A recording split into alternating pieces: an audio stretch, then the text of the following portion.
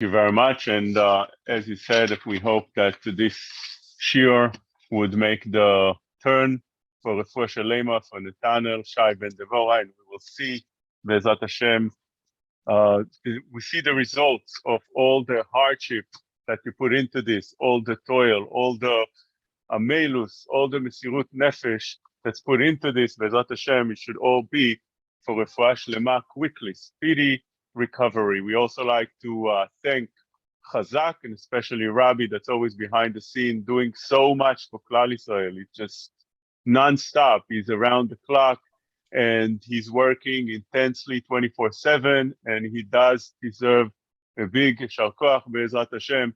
We would see him in Sfaradim have a blessing. They say that he should be a Chatan.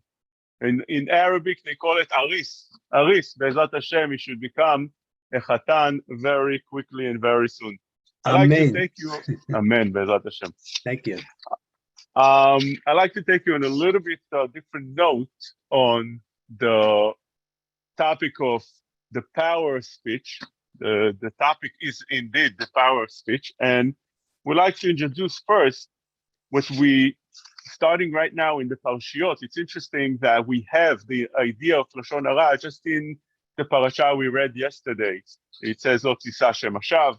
So we have that engraved, and that is the halakha of not only not speaking Lashon Hara, but the Torah also doesn't permit us to hear Lashon Hara as well. Lo tisa shem hashav.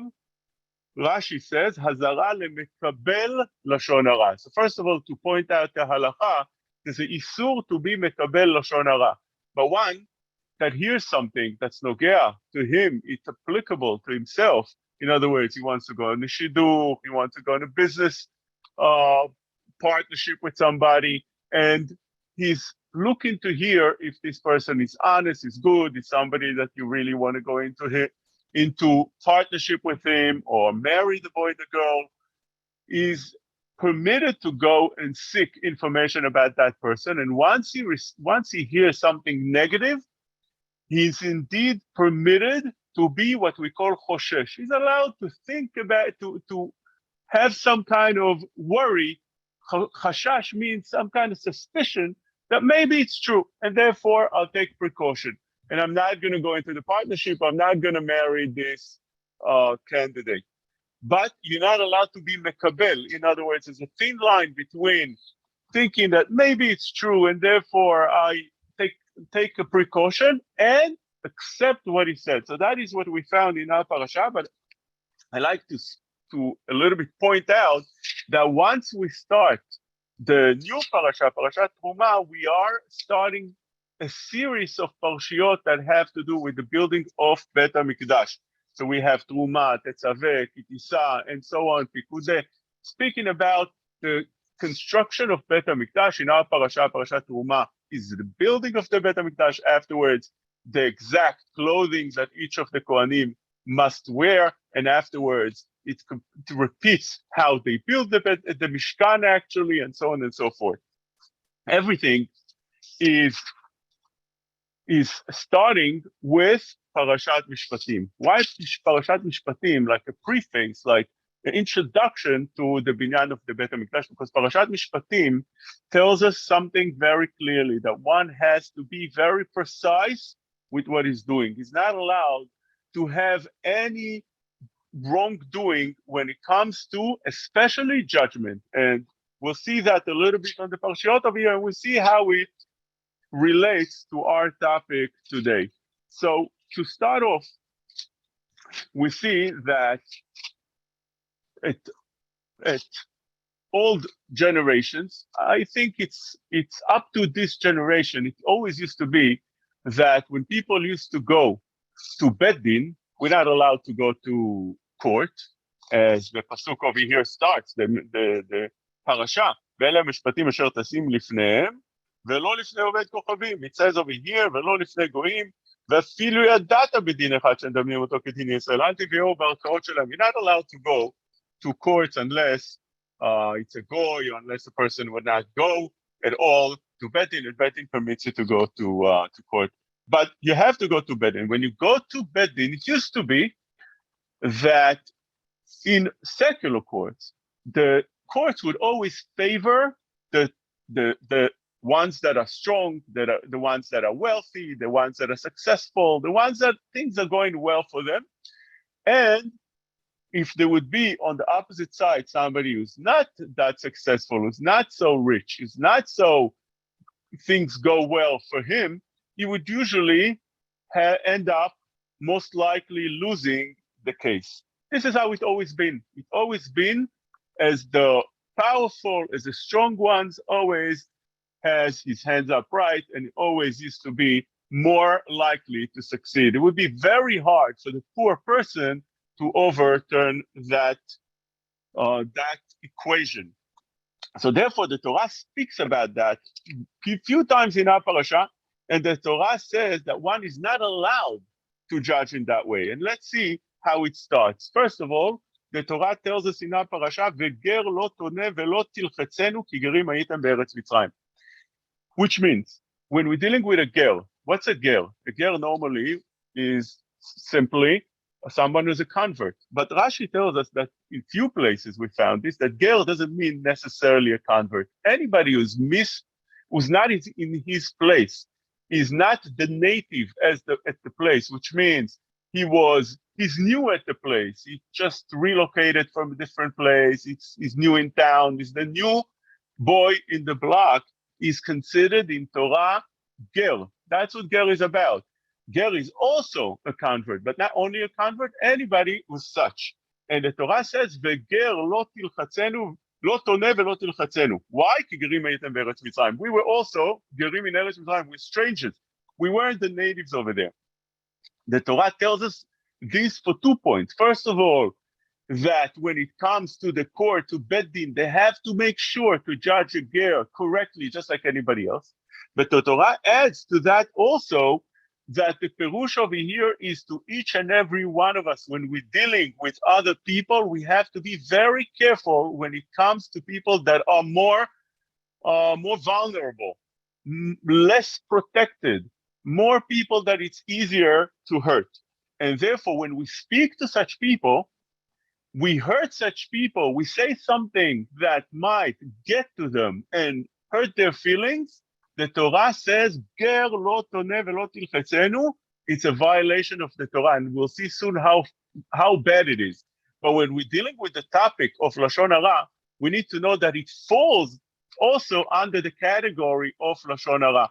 Lashon Hara, in the wide range, I don't know what was learned up to now every week, Lashon Hara has simple definitions, but in the wide range of Lashon Hara also means that when you hurt somebody, when you say something to somebody that shames him, as the Rambam says, you say something that shames him, that puts him down, that makes him feel bad, that makes him scared, the Rambam says that is the definition of Lashon Hara. So when we're talking about a person that's vulnerable, a person that's new in the block, a person that's new in the town, and even more so when we're talking about a convert, which are much more likely to feel that way, it says over here, "Lo toneh velo tilchetzenu." The Torah continues and says very scary things. "Kol almana veyatom lo te'anun." You're not allowed to hurt or pain widows and yatom, an orphan. Why? Because they are more likely to be hurt. But Rashi says over here that the issue of hurting somebody, of paining somebody, of causing him pain is not necessarily to an orphan and a widow. It's for everybody. This love is for everybody. So why Rashi says, the Torah points out and emphasizes almana veyatom? Because they are more likely that people should hurt them. They're more vulnerable, and therefore people would more likely to feel easier to hurt such people, to pain such people, to take advantage of them, because they're not protected. The almana doesn't have a husband to protect her. Yatom doesn't have a father to protect him. So they're more easy to hurt. Therefore, the Torah says you should be very, very careful when it comes to these people. And the Torah doesn't end up with that only. The Torah says that if we're talking about someone who's so vicious that's going to go and hurt almana and yatom instead of helping them out. These people you should help out. Most people would feel that almana and yatom are people in need. You should help them out. So people that are not like that, such harsh people that are ready to hurt them, you're going to tell them not to do it. They're not listening. So the Torah goes out of our way to say something over here that we don't find in other places in the Torah. And it says here, I would be very angry if you do pain them.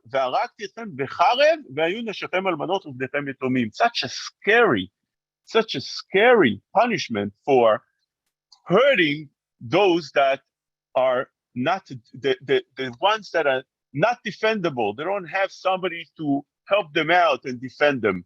So when we're dealing with what we started, and that is a Beit Din, it used to be, as I said, that Beit Din would always help out those that are stronger. And therefore, the Torah says on that, be careful, you should not do that. And the Torah points out over here and says, Lo tateh mishpat evyonecha berivo. When we're dealing with somebody who's poor, somebody who's weak, somebody who's not as successful as the other person at court, you should be very careful not to not to help out. Lo tateh mishpat evyonecha berivo. Don't help him out. Don't tilt the judgment towards the rich person and make that evyon, that poor person, lose the court case. Be very careful with that. As it used to be that also when you have a group of people coming to the judgment, you'll have over here a group of people and you have a smaller group. Always the court would favor the larger group. That's the way it is. Sometimes you have people go to court over ideas that, let's say somebody wanted to open up a shul in a certain neighborhood. So the neighbors gather together, they don't allow it. There's places like this that they gather together, they go to court to stop them. And there's many things like that that people stop neighbors from doing. And by gathering more people, you come to court and they listen to you because you're the power of the public. That's the way it is. But according to Torah, things have to be precisely. We don't go according to majority. We have to know exactly what is the correct and right thing to do. And therefore, the Torah says over here, "Lo tiyeh achrei rabim leraot, velo ta'aneh al riv lintot achrei rabim la'atot," which means you can't go with the majority of people for bad ideas, for bad judgment. You have to be precise when we're dealing with the laws of the Torah. We're dealing with the judgment of the Beit Din. It has to be very, very precise. You can't make mistakes over here. You can't judge things not correctly just because the person that stands over here is more powerful, or because there's more people, which the more people you have more power. That's not permitted. That's not allowed. Now, this is how it used to be at, as I said, up to a generation ago, up to the time of this very generation. Now, in this generation, something very interesting happens, and that is things have flipped around. Today, the society, the mentality, especially in the Western world, is to help out those that are weak. Therefore, if a person is poor, or if a person is what we call today a minority, or if a person is more vulnerable, those are the people usually that have they're more likely to succeed in court. And therefore, the Torah says that you should know that that is also wrong. You're not allowed to help out not only the strong and the majority for the wrong purposes and the wrong judgment, but you're not even allowed to help out those that are in the minority. Minority today, we look at it and we say, oh, today they have all kinds of terms for this. They call them the underdogs. And if you judge not in their favor, it's considered you throw them under the bus and you all kinds of things like that. You throw them from the cliff, all kinds of terminologies they have today for this new thing that they help out. Today that's a mentality to help out the minorities and to help us those that are weak and those that are vulnerable, those that are not successful. And the more successful you are, if you come to court and you are more likely to be somebody who's successful in life, you're less likely to be successful in court. They have less, they're less tolerant for such people that are successful. And therefore the Torah says that's also wrong. One is not allowed to do that as well. The Torah says, Vedal lo tehedar berivo. You're not allowed to help out the poor person as well. As Rashi points out on that very pasuk, this idea that why would anybody help? It's a very strange thing. Back then, it wasn't common at all that a person should help out somebody who's poor. So Rashi says over here, "Lo tachlok lo kavod lezakoto badin velomar dalu azakenu ve'achabdenu." Now, these ideas that we're learning do not apply only for court. They also apply for our everyday life, which means we also behave like that towards people. And again, there are people that usually always would speak in much respect to those that are powerful, those that are self-protected, the majority, those that come from the majority, those that are wealthy, those that are doing well in any way. We are very, very careful with their honor, and we respect them and we talk to them in very, very different than we would speak to somebody who's not like that. You see somebody who's poor, somebody who's not successful, somebody who's not someone that I'm intimidated by or I'm looking up to. So therefore, such people I usually tend to ignore, or I tend not to speak in such respect. And that is what the Torah comes to teach me. In other words, it's two dinim of here the Torah teaches us. One is for the purpose of the Dayan in Beit Din. Be very careful. Your Din Torah has to be very precise. Do not look at the person that's standing in front of you, whether he's rich or poor, whether he's from the majority of the community or he comes by himself against the entire community. Do not look at that. You have to look at the truth. En merachmim badin. That's a concept that Tosfot brings down. You don't have mercy when it comes to a Din Torah. After Din Torah, you want to speak to the person to feel bad for him and to help him out. That's a different thing. But Din Torah has to be very precise. And when we're dealing with that, it doesn't apply only to Din Torah. It applies to us as well. Because when we speak to people, the power of speak doesn't end just with speaking Lashon Hara.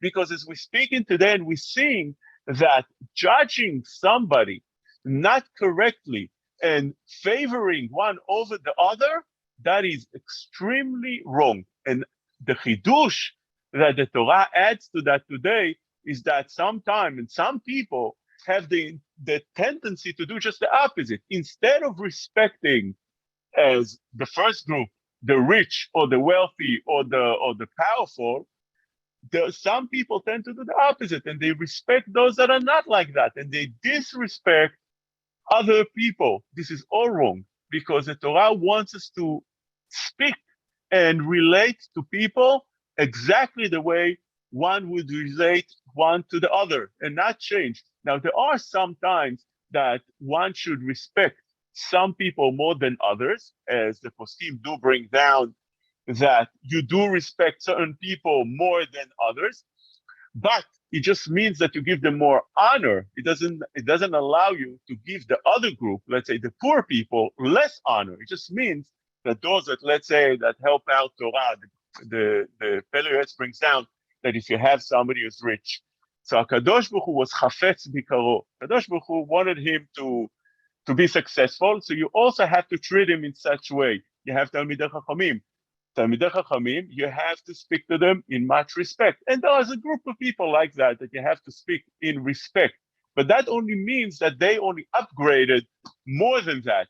But it doesn't mean that you can treat the other people differently. And when the people come to a Din Torah, when we come back again to the Din of Din Torah, the Mishnah in Avot says that when people come to the Dayan for Din Torah, they both should be equal, as right now they are they are reshaim badin, which means not wicked, but as people themselves, but rather over here they're both guilty. They're both guilty in this judgment that comes in front of me, and therefore I start from scratch. Both of them the same. Now, this is one thing that we spoke, but on top of that comes the Torah and teaches me something beautiful, and that is the pasuk that says, "Betzedek tishpot amitecha." You should judge your friends righteously. And Chachamim learn from this pasuk something extra. What is it? Betzedek tishpot amitecha. You should judge your friend favorably. What does that mean? Judge your friend favorably. One needs to be done lekaf zechut. What does it mean lekaf zechut? Which means you have somebody that is in front of you, and it looks to you like he's doing something wrong.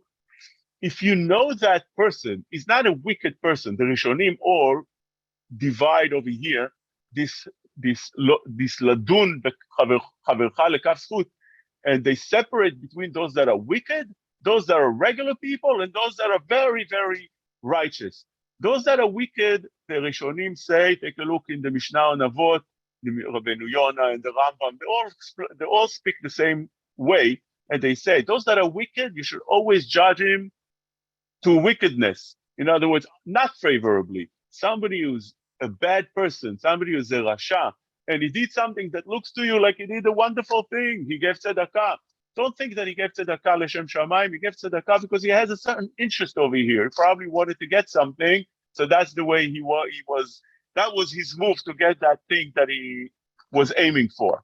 On the other hand, when you have somebody who's a righteous person, a tzaddik, even if he looked to you like he did something bad, it looks to you like he did something bad. He went into McDonald's and he bought himself a sandwich. Wow.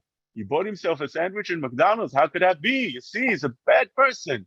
You have to judge him favorably. You have to find any clue to see maybe he did so for a certain reason. Maybe he didn't buy for himself. Maybe he needed to buy because it was pikuach nefesh. Maybe you have to think about all kind of creative ideas to try to judge him favorably. And then you have regular people. They're not wicked. They're not very righteous. Over here, the Torah says it's lifnim v'shurat adin that one should try to judge his friend favorably. And I want to tell you a story on that I experienced this Friday, not long time ago. This Friday, we're talking about a couple of days ago. Today's Sunday, we're talking about this Friday. A woman called me, and we have a Beit Torah, and the Beit Torah is a number of rabbis that answer the questions in halacha. And she called, and I picked up the phone, and she told me something that first I told her I only have a couple of minutes. I was in the middle of doing things, and she says it's quick. And then after I heard her, I stayed on the phone with her maybe 15 minutes.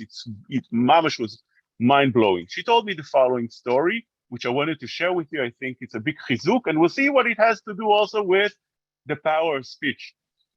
She says like this. She is a big baalat chesed. She didn't say it like that about herself. I'm saying, but she told me that what she does is she always finds poor people to drive around, to take them places. So if they need to go here, she drives them, she takes them here, she takes them there. People that can't afford going, people that can't afford paying for car service or whatever, a bus or whatever it is, they can't, or they need to reach places. They know this is the woman they need to reach. She would take them. Now, on that Friday, this woman took a lady that was like that. She didn't look too well. She looked like she was very poor, and so on and so forth. And she took her on her car, and she drove her. It was very much out of the way. She drove her all the way. On the way, they schmoozed a little bit. She told her name, and they talked, and finally they reached the destination. And she dropped her at her place.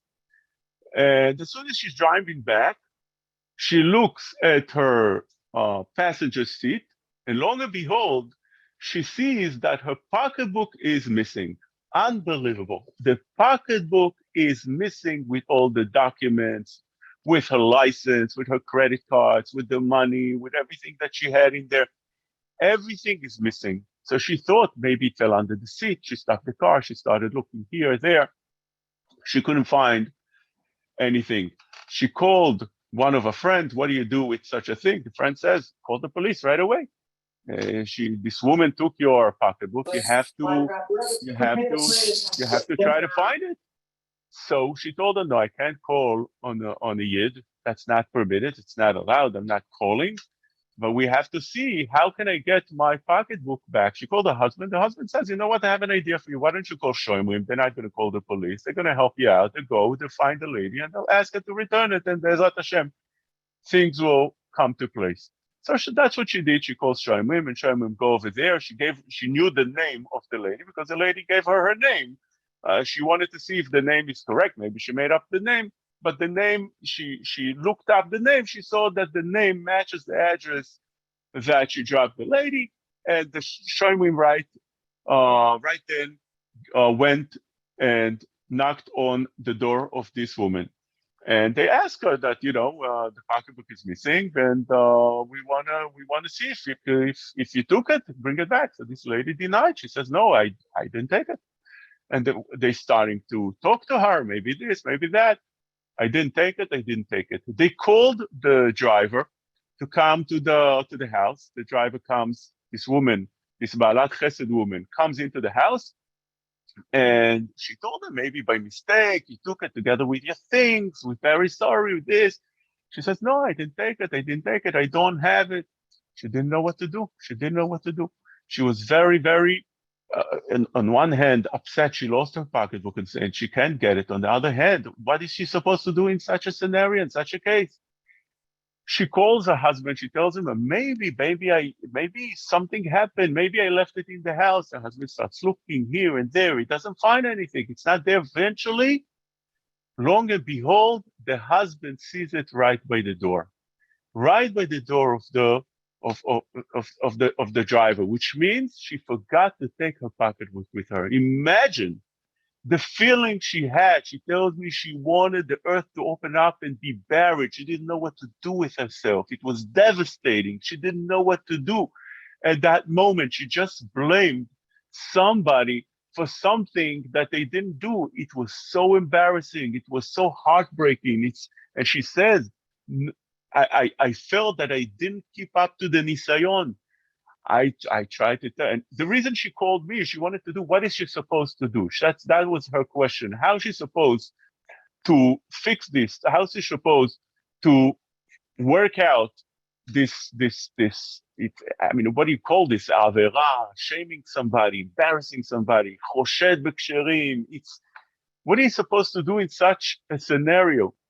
So I told her that she has to make sure that she appeases this woman. She says the woman seemed to be like, everything is fine, don't worry about it. She didn't take that to heart at all.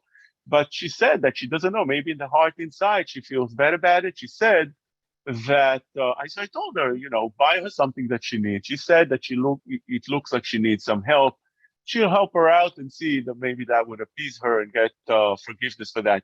But I told her, it's such a Baalat Chesed, unbelievable, that's so beautiful. She says, no, it's all for my father's house.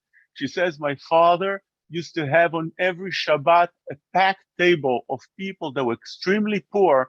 She says, we couldn't sit over there on the table just from the odor of the people. This was every single Shabbat, and we got it from Beit Abba. So this is a beautiful story of how a person should be done lekaf zchut.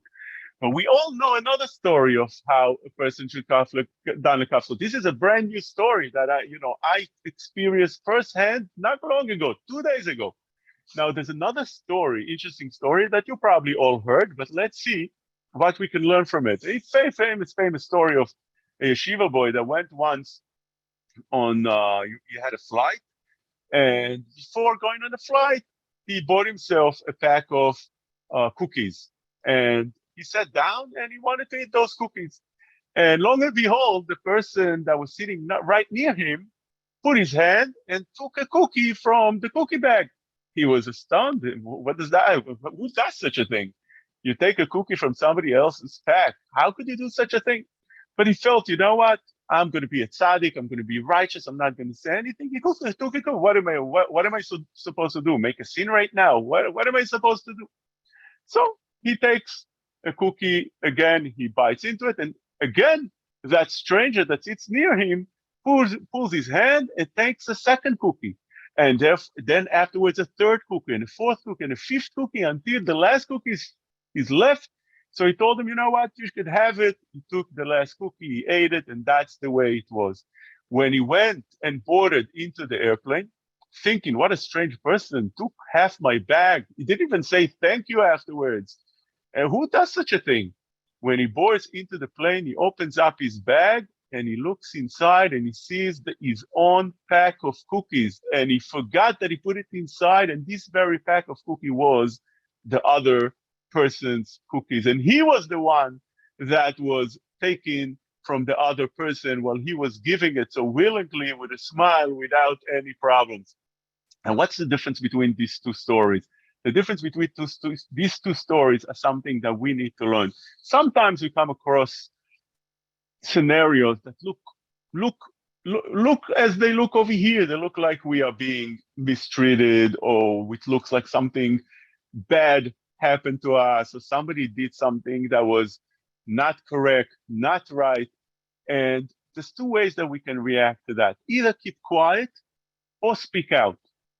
And the difference is that when we react quickly, we do something without thinking it through very, very well, many times we'll regret it. On the story of the cookies, he could have screamed at the other person, and what would happen is he would answer him that those are my cookies, and he would be very, very embarrassed. Instead of that, he kept quiet, and the other person let it go. But the story with this righteous woman, and I'm not blaming her in any way, all her documents were there, everything was there. But if she would wait a little bit, look a little bit better, make the search in the house before calling people, calling shomrim, and speaking out, actually going and making that move, she would save herself the embarrassment, the embarrassment to the other person, the honor that comes together with it, the pain that you pain the other person with it, and everything that she has to go through in order to appease this poor woman. And this is something that we need to take home. That's very, very important. The power of speech is not only about speaking Lashon Hara. It's about much more than that. It's much more broad. When we're speaking about how to react to certain scenarios, it can easily change from being the worst Lashon Hara, as you can embarrass a person in the most horrific way, just because a mistake you've made. You didn't intend to speak. Most times Lashon Hara means it's done intentionally, wickedly. You speak, you let your tongue loose, and you shoot negative things about somebody else. Okay, that's one way of speaking Lashon Hara. But then you have sometimes that Lashon Hara can come to you but just by thinking you're doing the right thing, helping out the person, or trying to get back something that belongs to you, that's so important to you, and you don't think at that moment because you're so heated up trying to get what belongs to you. It's very, very important things, your documents, your pocketbook, with everything, with money, jewelry, I don't know what was there. So you might make simple mistake, and with that mistake, before you, I'm not saying the person shouldn't go and do what he needs to do, but first, think it over. First, call the rabbi and try to see maybe that's the right move to do, maybe it's not the right move to do. If you do that, you serve yourself so much, including the Lashon Hara that comes along with hurting somebody, because as we explained before, the definition of Lashon Hara, according to the Rambam, is hurting somebody. When you speak something that's hurtful for somebody, or you scare him, or you embarrass him, that is the definition of Lashon Hara. So therefore, one should always try to take a step back and think about this very idea, and make sure that what he makes is not going to make him lose out big time on the big and wider picture. When we talk about our parasha over here, we see that the Torah goes and says that one needs to do things very precisely. You can't make mistakes. And it's speaking about the Dayanim, but it's speaking to us as well. And that's something that we need to know, that when we speak about the Dayanim in Beit Din, unlike the judges in the court system, we see something very interesting. Today,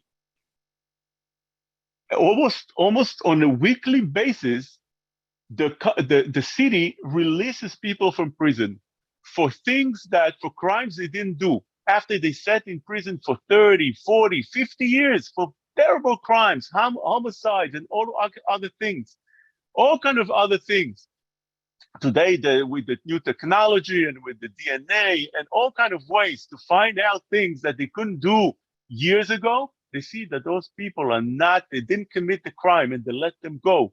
And the Torah says that when you judge somebody, it has to be exactly correct, exactly on the point. It has to be that when you throw the arrow, it needs to be exactly on the bullseye. And if you miss by an inch, that's not correct.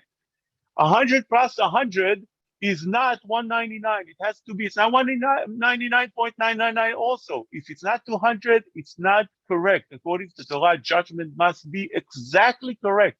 And that is crucial at Beit Din, and it's crucial when we're talking about topics that are extremely important. When we're talking about speaking about somebody, dealing with somebody, the Torah wants us to deal with somebody with the same exact straight line that the Torah requires from the Dayanim to do when they're judging the people, and not to miss by an inch. There's some things that if you do something wrong, nothing happens. You made a mistake in davening, okay, try your best. You made a mistake in basar v'chalav. Some people have OCDs when it comes to all these things, but when it comes to other people, they don't. There's no OCD over there. Everything is permitted, or they're not that careful. Torah just wants us the opposite. Where on some things that we spoke, if you made a mistake, you made a mistake. It's not the end of the world. But when we're dealing with your friend, with your friend's feelings, with the almanah, with the yatom, with vulnerable people, people that are poor, people that are weak, people that are defenseless, those people you have to treat with mamash, with gloves that are extremely soft, and silk gloves, and make sure that you're not gonna hurt them or pain them in any possible way. Chazaq u'baruch. Thank you everybody for joining us tonight. I hope this was a good chizuk for us that we should take and continue with that in this winter. We need to heat up in this winter, cold winter days. It's getting, the temperatures are getting lower and lower. I thought that by today maybe we would have a break. It's getting worse and worse, but at least with Torah we can warm up and be mechazek, and I hope this chizuk should help out also to have a refuah shloma for the boy, Netanel Shay ben Devorah. Amen. Amen. Thank you, Rabbi. That was great. Thank you. Great. Thank you. Thank you very much. I appreciate it. Yes. Thank you very much. Thank you. Thank you. Chazaq u'baruch. Thank you all for joining. Yes, Rabbi, Tahan, can I ask a quick question? Rabbi, Shabbat Shalom tov. Rabbi Tahan, can I ask a question? Yes. Bechavod rab. So what happens if somebody does judge somebody unfavorably? What should he do? What does he have to do to be metaken? So there's two things here. First of all, as I explained before, this is a Mishnah in Avot, and the Mefarshim explained that Avot is Inyanei Chasidut. So on this very Mishnah, it's an Inyan Chasidut. In other words, Chachamim learn it from the Pasuk, but it's not a complete obligation, which means if you did judge somebody favorably and nothing happened, he indeed was guilty, nothing at all happened. But the Torah gives you a right idea of how to do things, because sometimes you fall into that scenario that you made a mistake, and then you choshed b'ksherim. Choshed b'ksherim would come into the category of loke begufo. It's like a severe thing. So the answer to your question is, if you didn't judge somebody favorably and you were correct in your judgment because you went into McDonald's and you bought that cheeseburger and you saw him eating it, and when you and afterwards you found out that this person is such a person that indeed doesn't care about Torah, doesn't care about mitzvot, so nothing happens then, because because that you weren't choshed b'ksherim. But the Torah says, be careful, because sometimes that scenario is not exactly as it looks to your eyes, and you be choshed b'ksherim, and therefore you might get severely punished by that. Lokeh begufo is not something simple. So what if we are wrong? So now what do we do? So you have to. So Chachamim say that what you need to do is give him a beracha and ask him for forgiveness. That's the Gemara. Yeah, definitely ask him for forgiveness. As this lady, I told her, you make sure that you appease this woman. Now, that's something that's important. Asking forgiveness, people think that you go to the person and you ask and you say, forgive me.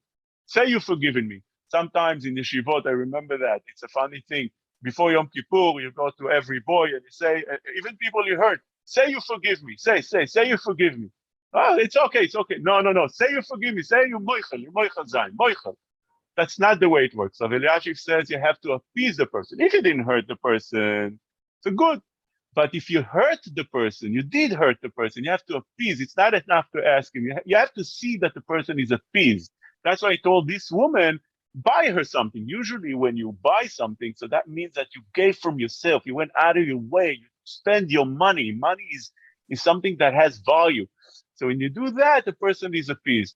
But otherwise, I spoke before Elul that it's a funny thing that people ask forgiveness from all the people that didn't do anything wrong to you, but those that you didn't do anything wrong to them, but those that you did hurt, usually you ignore. Why is that? Because we try to cover up the real obligation of asking forgiveness from those that we did hurt by asking the entire world for forgiveness. We call every person that we didn't see already for 3 years, forgive me if I hurt you this year. Oh, no, we didn't speak to you the whole year.